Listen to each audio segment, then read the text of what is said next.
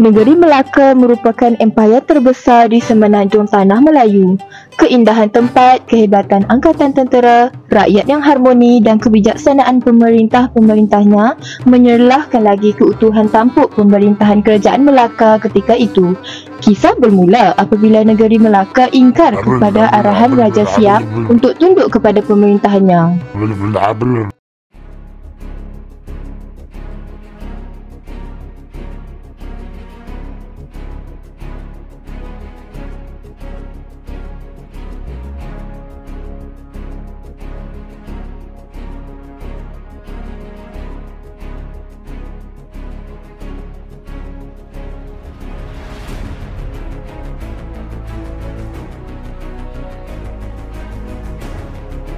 Cis, beraninya Sultan Muzaffar Shah merendah-rendahkan Siam. Dengan ini, beta isytiharkan perang dengan kerajaan Melaka.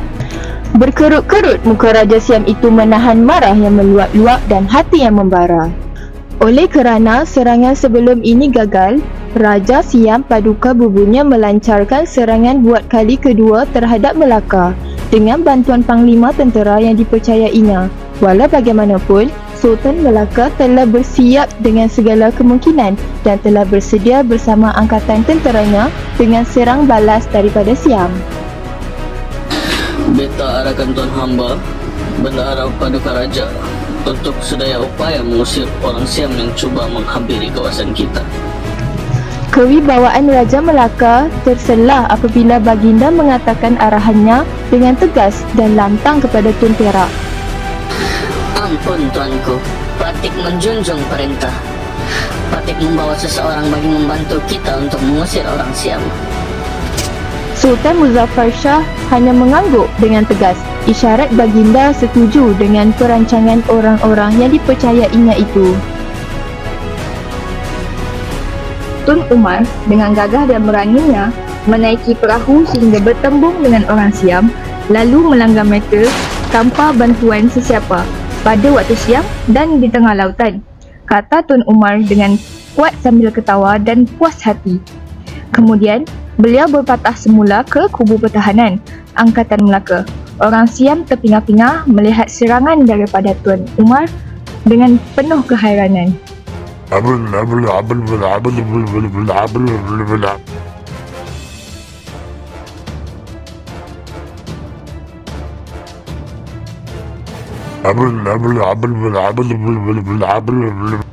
Tahniah atas keberanian Tuan Hamba dalam serangan mengusir orang Siam. Tun Umar hanya tersenyum dengan bangga. Walau bagaimanapun, di sisi yang lain pula, orang Siam telah mengatur strategi untuk menyerang Melaka pada waktu malam.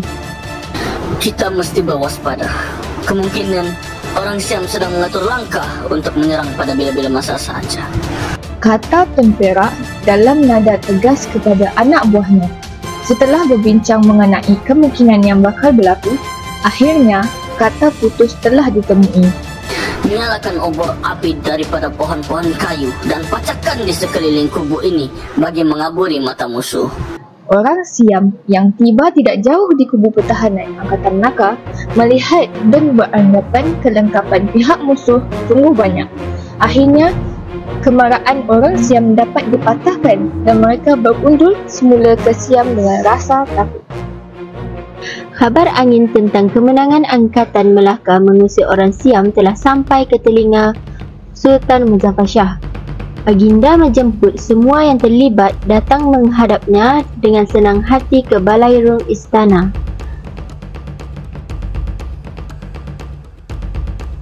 Paduka Bubunnya amat marah apabila mengetahui hal itu. Chow Pandan masuk ke singgasana untuk bertemu Paduka Bubunnya dengan wajah yang ketat. Serahkan kepada anak anda, biar anak anda sendiri yang menyerang Melaka. Sungguh bangga beta dengan anak anda. Paduka Bubunnya segera mengarahkan seorang anak buahnya untuk mempersiapkan anak andanya dengan 800 sum dan sejumlah besar perahu kecil. Berita Siam ingin menyerang Melaka sekali lagi tersebar luas di seluruh Melaka. Ampun tuanku, sembah Patik harap diampun. Patik mendapat pekabaran bahawa Siam akan menyerang Melaka lagi. Sultan Muzaffar Shah segera bangun dari singgasana dengan wajah yang ketat. Berani sungguh kerajaan Siam. Tidak serikah mereka? Tuan Sidi Arab yang merupakan pemanah yang handal telah mendapat tahu berita tersebut. Dia segera bertemu Sultan Muzaffar Shah untuk berbincang sesuatu. Ampun tuanku, sembah Patik Arab diampun. Ada perkara yang Patik ingin bincangkan. Apakah perkara itu, Tuan Sidi? Tentang Siam ingin menyerang Melaka. Patik berbesar hati untuk turut serta membantu. Adakah benar apa yang beta dengar ini? Tapi bagaimana caranya? Patik tahu caranya dan Patik sudah bersedia. Sultan Muzaffar Shah mengukirkan senyuman akibat terpegun dengan keberanian dan semangat Tuan Sidi Arab. Tuan Sidi Arab bersiap sedia untuk memanah Chow Pandan dari jarak yang jauh. Dia menghalangkan anak panahnya ke arah benua Siam. Semoga anak panah ini kena tepat kepada sasarannya. Aku berdoa agar kau mati, Chow Pandan. Bismillah.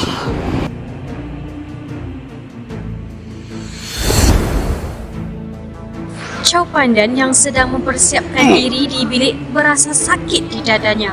Lalu, dia muntah darah sambil memegang dadanya. Setelah itu, Chow Pandan telah diisytiharkan mati.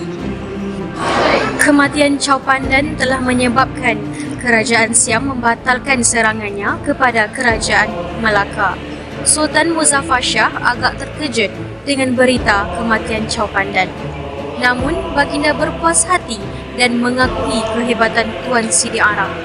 Seterusnya, Tuan Sidi Arab diberikan pengiktirafan daripada kerajaan Melaka kerana telah membantu dalam membatalkan serangan kerajaan Siam.